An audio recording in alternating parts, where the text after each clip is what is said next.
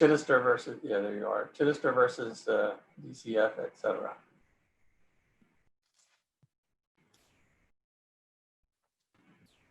Okay, you ready? Yes. Mr. Nectar and Feldman, are you going to divide your time? We are, Your Honor. On behalf of Children's Network, I'll be taking 15 minutes, and Mr. Feldman will be taking the remaining 5. Okay, we have Mr. Filson. Yes, Your Honor, and I will be. Oh, there you are. I'm sorry. Yeah, 15 minutes and 5. Okay, great. Okay, have at it. Your Honor, the third amended complaint, which is at issue here today, alleges the DCF received an abuse report regarding CH, who I represent. I represent the appellant CH, who is a child. The gist of the abuse report was that he was born drug exposed and going through withdrawal. At that point, DCF contacted the appellees, Children's Network and Lutheran Services of Florida. In Lee County, the lead agency pursuant to the old Florida statute 409.1671, which has been renumbered 409.993, is Children's Network. It operates the system of care in Lee County along with DCF by contract. Lutheran Services provides case management as a subcontracted community-based provider and also works in the system of care along with DCF and Children's Network. The purpose of the inquiry by DCF with Lutheran Services and Children's Network was to determine the safety of the child and the fitness of the mother if the child were to remain in the mother's home.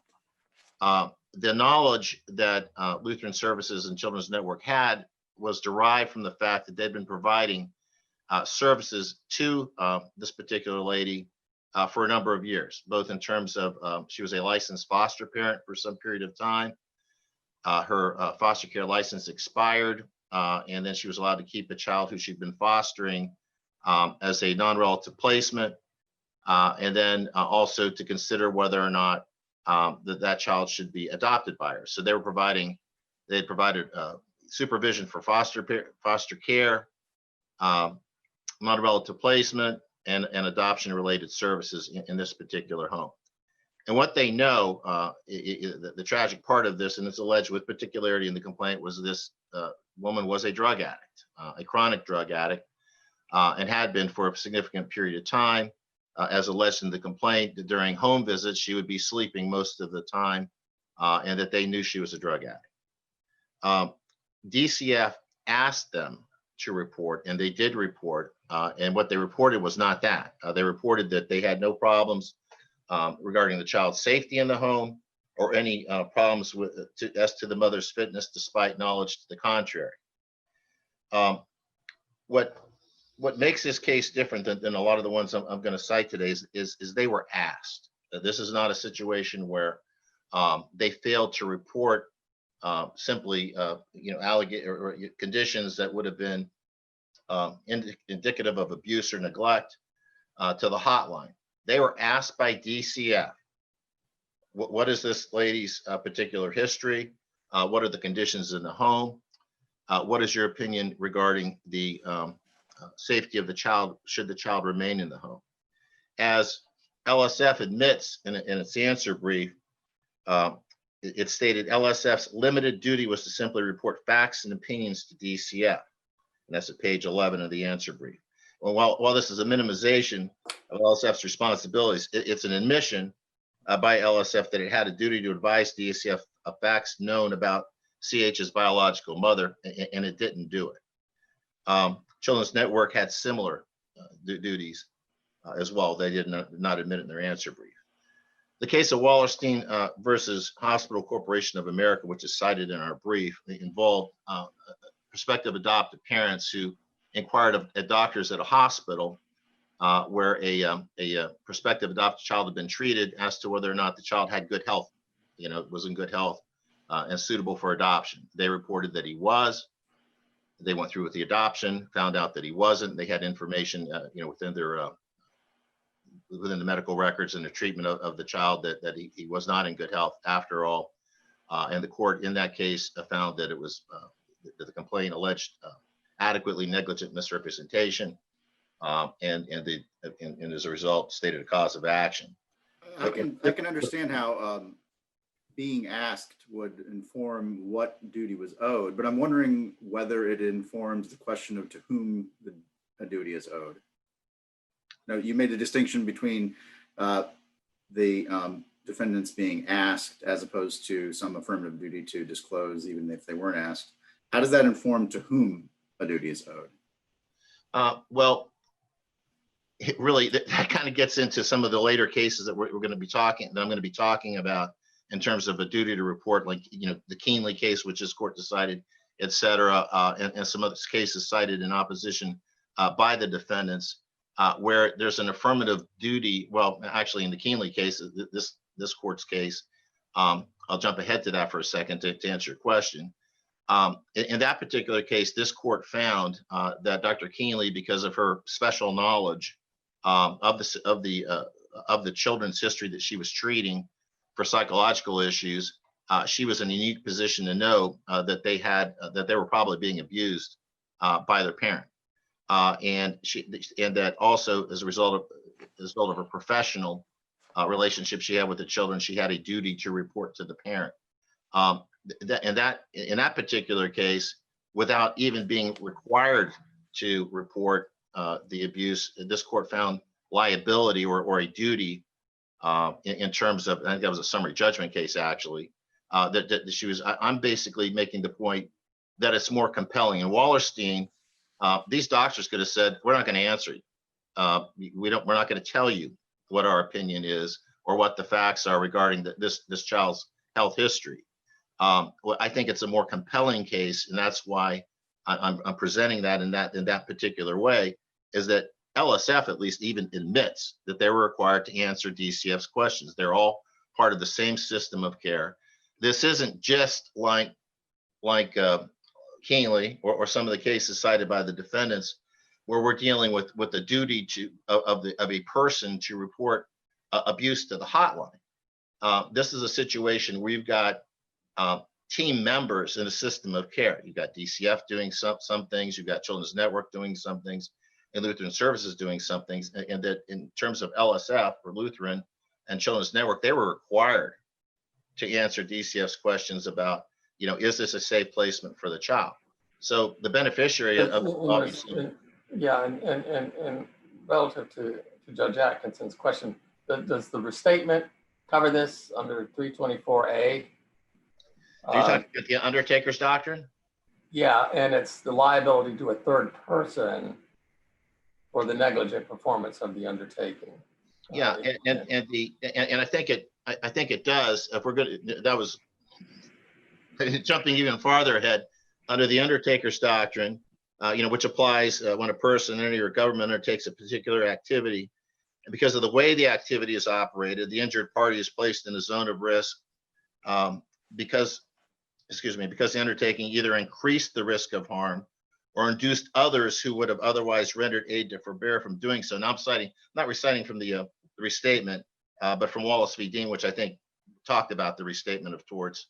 So what you've got in this case is you've got, and essentially, and I also cite the Umuni case for that, talks about in footnote 3 of that opinion, the Supreme Court stated that the record showed that HRS actively discouraged relatives of the child from intervening and protecting the child. The court stated principles of common law duty also support the holding that HRS had a duty of care. In this case, similar to the facts in Umuni, the third amended complaint alleges that Children's Network and Lutheran repeatedly actively discouraged DCF from intervening and protecting the child.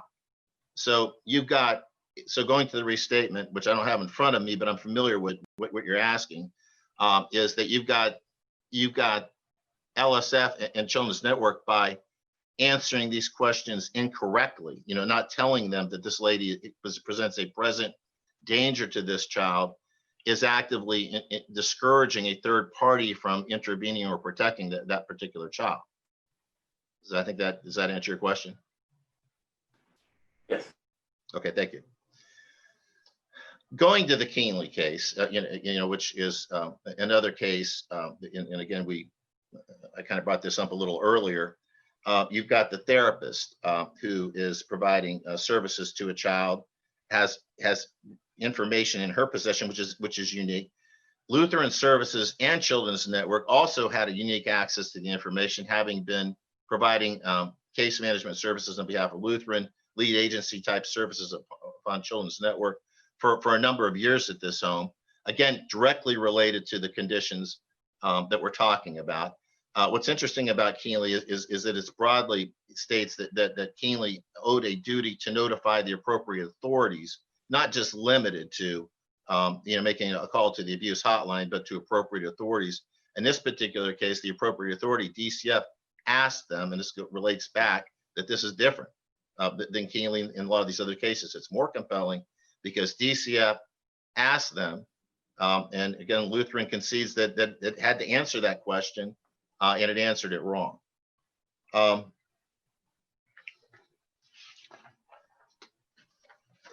Just for a moment, there's a dearth of, or actually not a dearth, but numerous cases coming out of the Supreme Court over a number of years, which I know this court's aware of.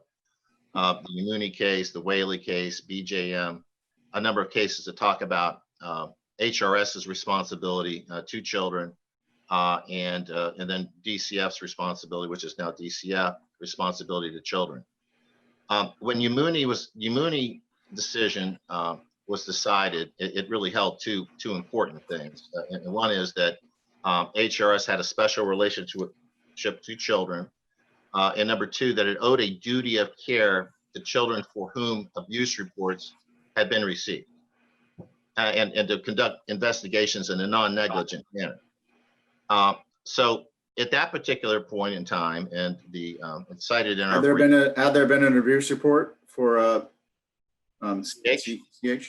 Yes, CH received, as I stated, DCF received an abuse report. In response to that abuse report, the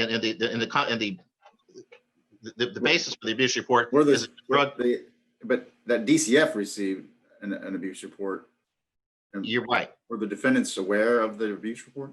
Yes, yeah, they were contacted by DCF. They were aware once the inquiry was made. They obviously become aware. I follow you.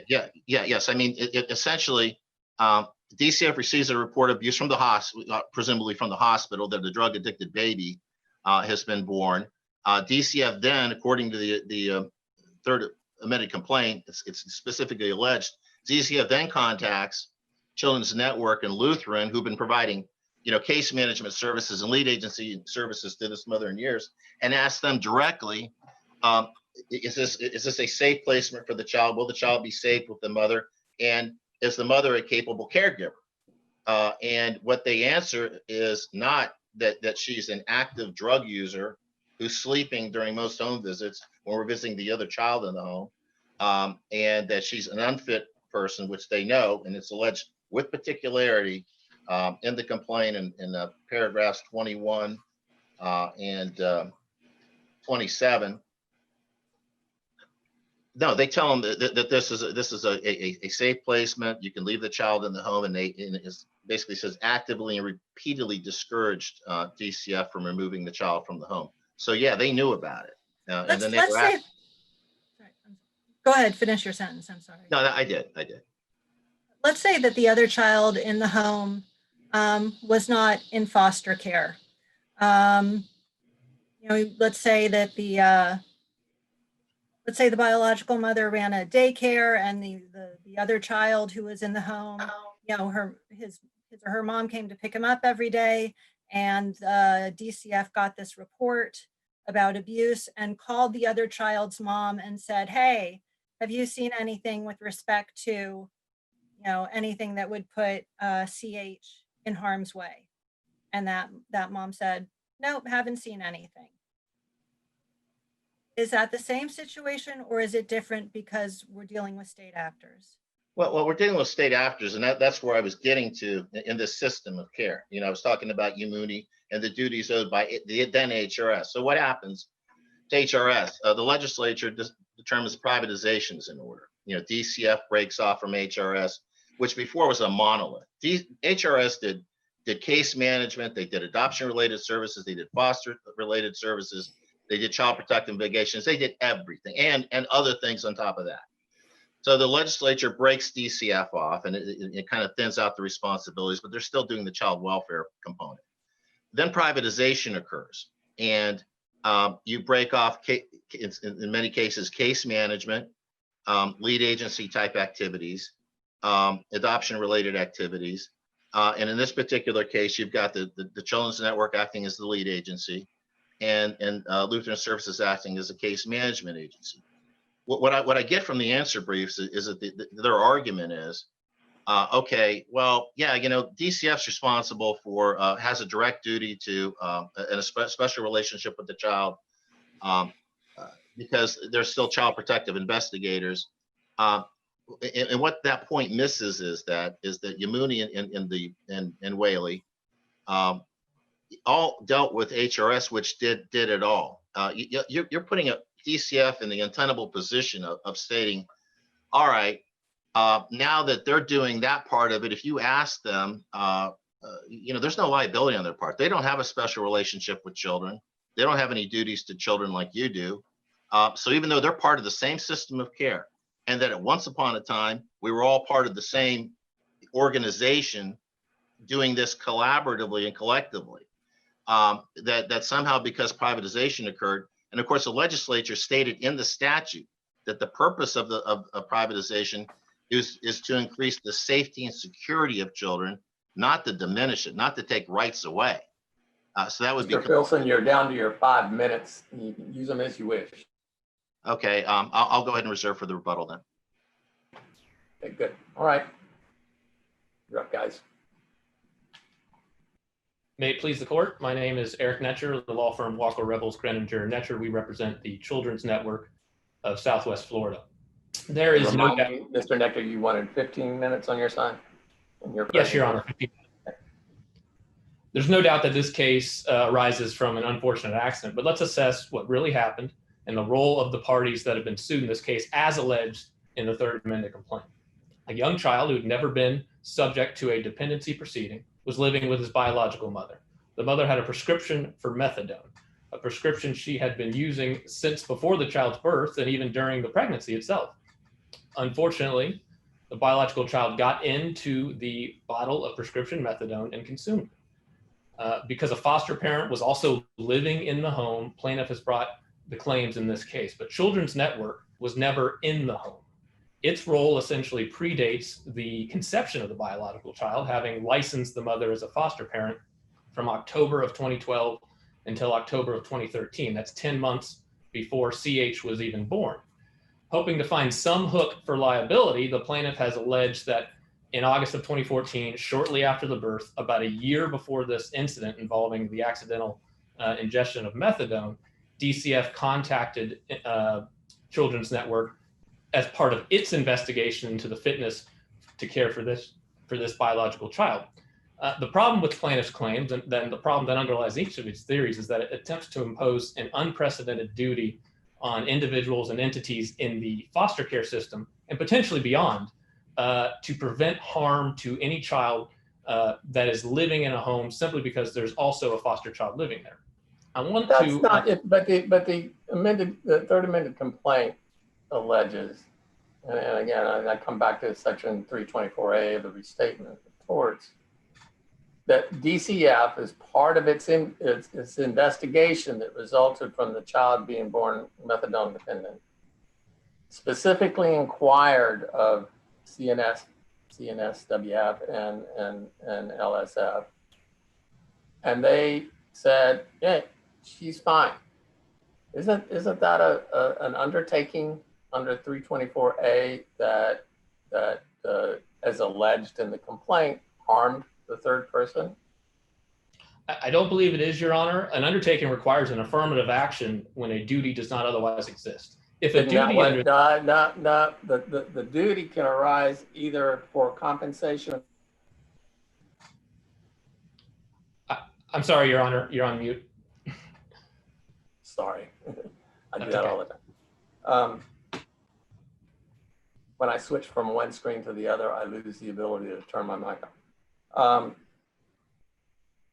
Let me read the sentence to you. One who undertakes gratuitously or for consideration to render services to another, which he should recognize as necessary for the protection of a third person. Isn't that what happened? When DCF says, hey, we're investigating this abuse complaint, you tell us, you've been in this home, you tell us what this lady's like. You tell us if she's a problem.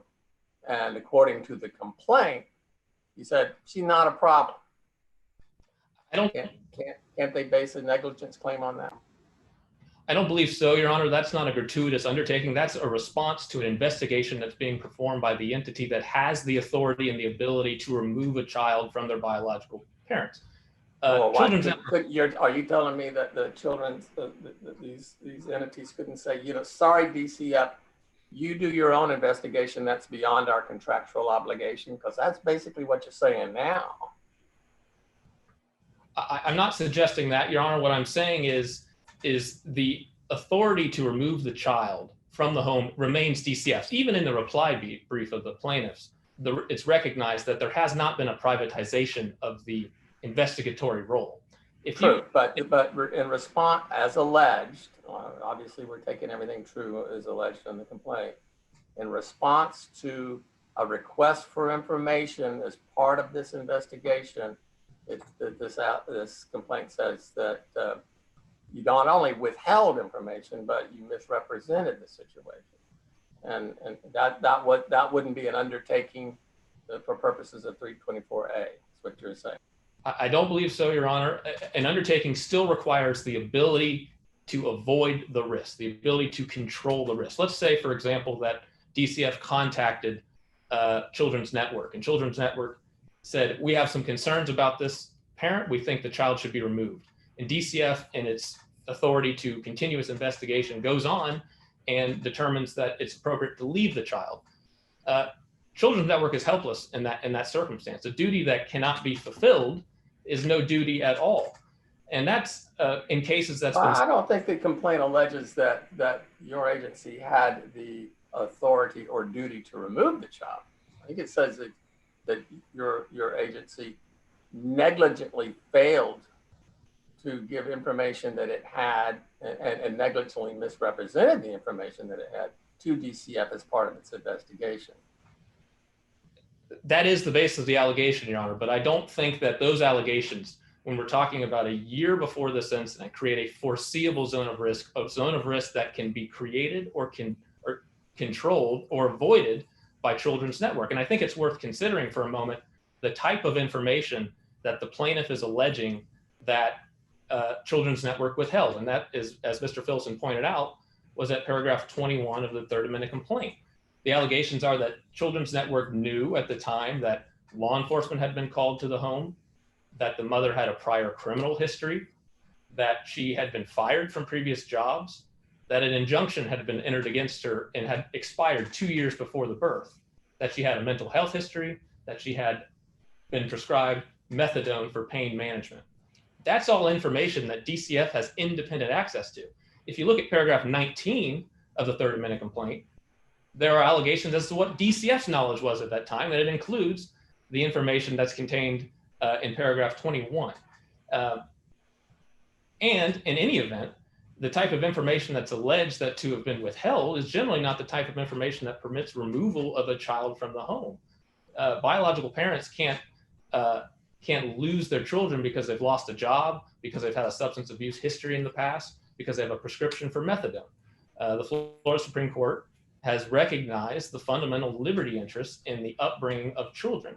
Is DCF's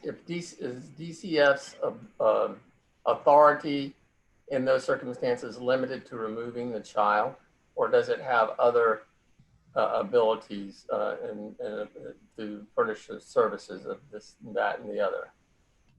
DCF's ability in its investigatory role does extend to other avenues. And I would again emphasize that remains DCF's role, not a role that has been privatized, not a role that has been given to the Children's Network.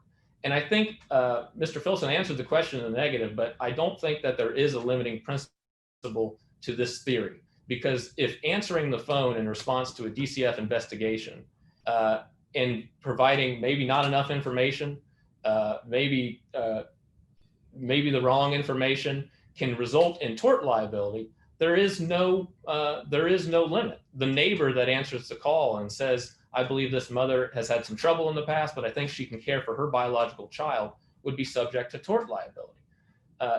It does not extend that far. And simply because Children's Network years prior had licensed the foster mother, because there is a separate foster child living in the home, doesn't create that duty. And I would emphasize the Harris and GK case from the 3rd DCA, which really highlights the distinction between duties owed to foster children and duties owed to biological children. And it says, quote, Florida law has not imposed the same or similar legal duties on state employees with respect to natural or adoptive children who live in a home with foster children when reports of abuse are received. It emphasizes that duty remains with the biological mother. And that spoke specifically about an affirmative duty to protect. And I'm not sure that the duty in this case is being alleged in this case is really the same. I mean, this is more of a duty to truthfully report. Nobody's saying that they had a duty to go in there and protect CH, but when called up by DCF and said, what do you know about it? You know, the allegation is they were not forthcoming about what they knew about it. So is that a distinction without a difference, or?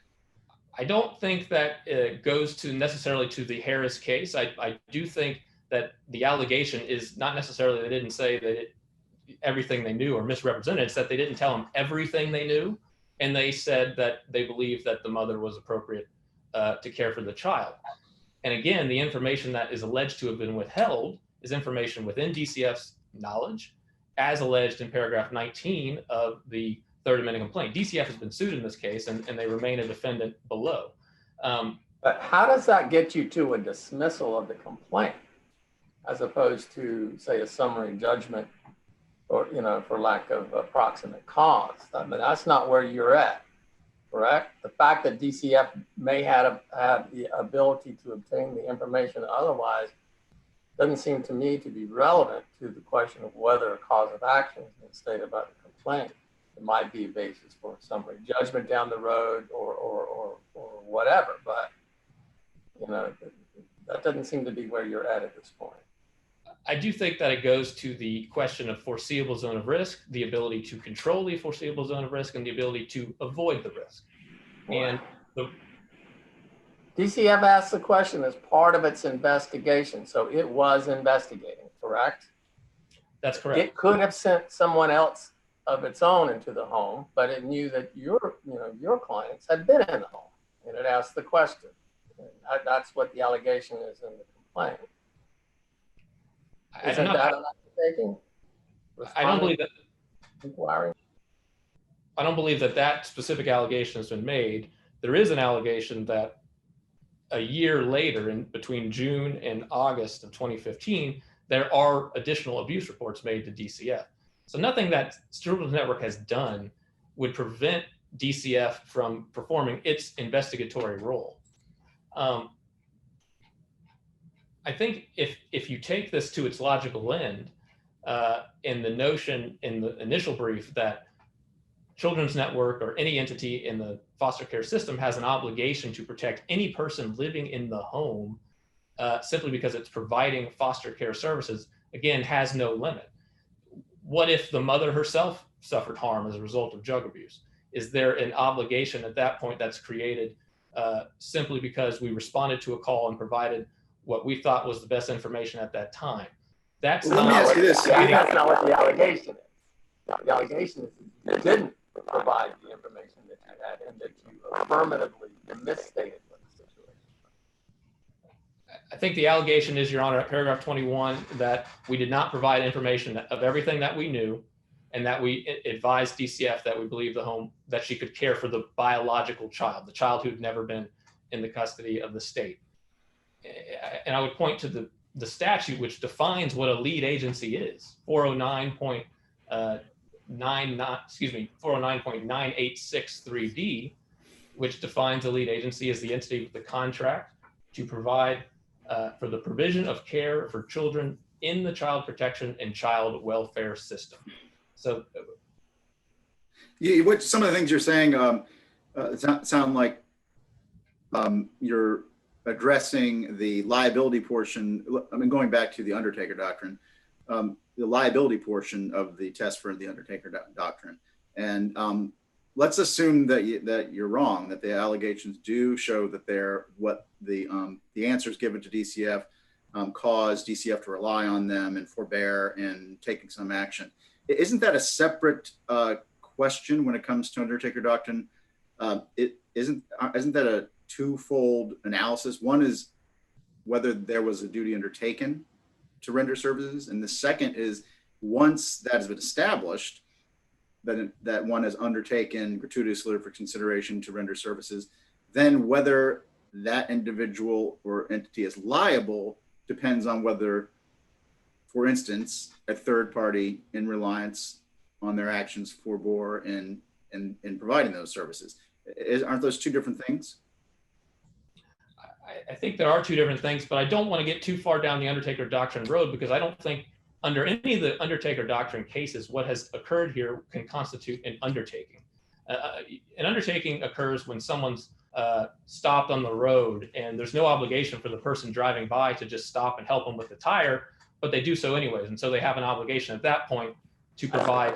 Example of the Undertaker, that doesn't seem to be the scope of the Undertaker doctrine, at least as described in the statement. I'm sorry, I couldn't quite understand. But You can be an undertaker for pay, and still satisfy that section of the statement. I'm sorry, Your Honor, you're breaking up slightly. I couldn't catch the gist of the question, but.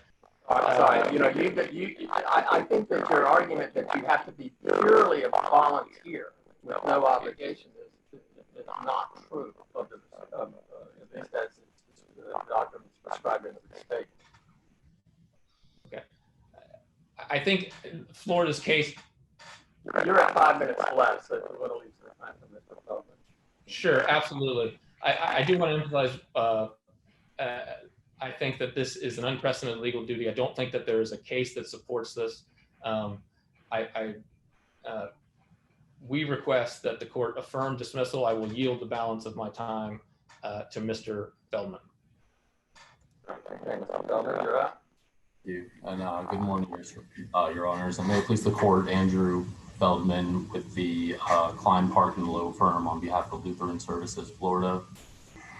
I think Mr. Netcher made a couple of good points about the complaint. One was the fact that they simultaneously alleged that DCF was aware of all the same information that both Children's Network and LSF were both aware of. And then the second was the kind of things that they were alleging in the context of a parent who obviously enjoys fundamental liberty interests in raising their own children are not the type of things that per se would warrant any sort of intervention by DCF. And I think I just want to point out, I think based on the way the initial brief was framed, I think the undertaking that both Mr. Netcher and I sort of appreciated was, and I'll just quote from the brief, the plaintiff alleged that the appellant alleged that it was logically inferred that LSF and Child and Children's Network undertook a duty of care to protect CH from foreseeable harm by continuing to provide such services in the home where he lived. And the services that they were referencing in that sentence related to the foster care and related services as applied to the child who was in actual foster care. So that was what, as far as how I've interpreted the Undertaker's doctrine throughout this entire briefing process. Well, aren't those two different theories? One is that, my words, not theirs, by proxy, they are also have a duty to the biological child of the former Sure, and that was how I interpreted their argument, and that was why I thought when I read Harris, and I think Mr. Netcher probably felt the same way, but that to me appeared to be the controlling case on this issue. What I was going to finish saying was that there are two separate theories. One is that by proxy, by the fact that and the other one is the undertaker doctrine, which is by involvement, by answering question, they undertook the services. But, or perhaps both are undertaker, but there's two separate theories. One is, I say by proxy because they were already there investigating that family for the purpose of the foster child, and they had that experience doing that, so they had that knowledge. And two, they undertook a duty when they responded to DCF. Sure, and I see that the questions are all focused in on the latter undertaking. But I just have to point out, the appellant was on their fourth complaint by the time it was dismissed with prejudice, and in the prior dismissals, it certainly seemed that they acknowledged that they weren't alleging enough factual content to pass or ultimate facts to pass judicial muster. So one of the things that I would point out is the only operative contract with respect to LSF that they've relied on here was our subcontract with Child Network. So I think they need to elaborate a little bit on the contours of this legal duty to the extent that they're suggesting that we undertook a duty by responding to DCF's inquiry, which I don't think they've done in their complaint. And I know the trial court's order was pretty bare bones, and he didn't really get into the actual reason for the dismissal with prejudice. But I think based on the way their other complaints went, I think it can be presumed that at least some of it was based on the fact that they just couldn't support any of these allegations, particularly that one, with any sort of ultimate facts.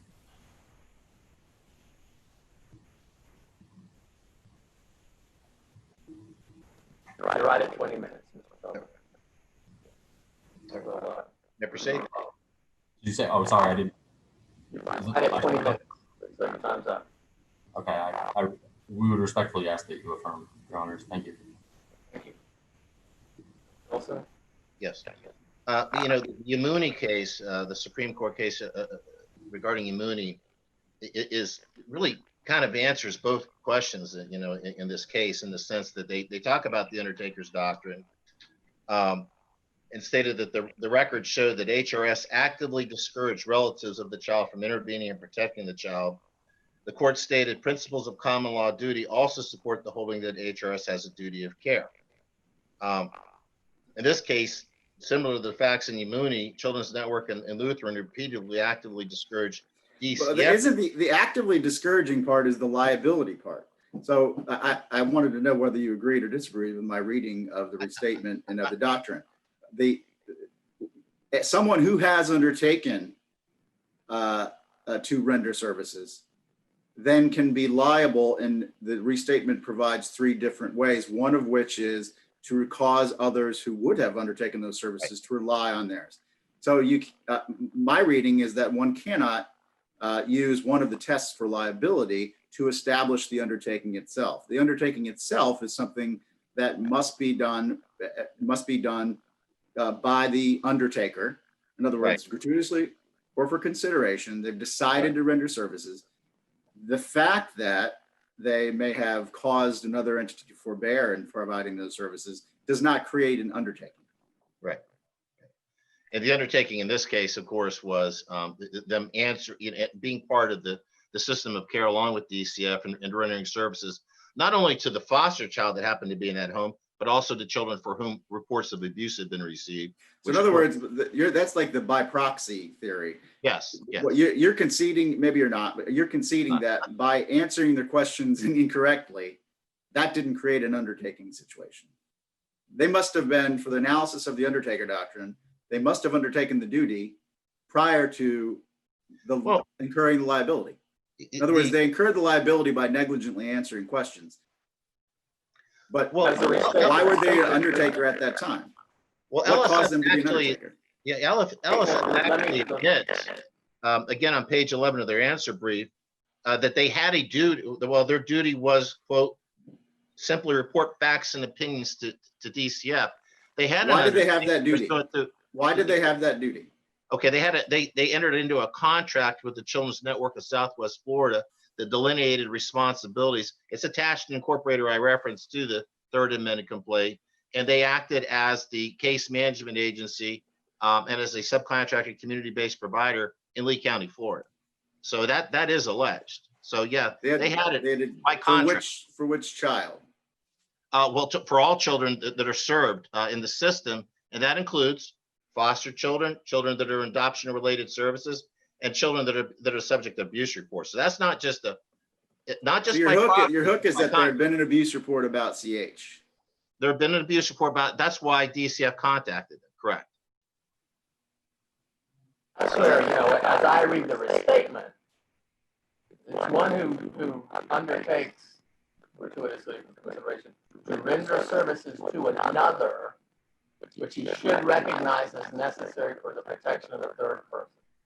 Right. So the service rendered here would have been to DCF to assist its investigation by responding to its inquiry. That would be the rendering of services to another.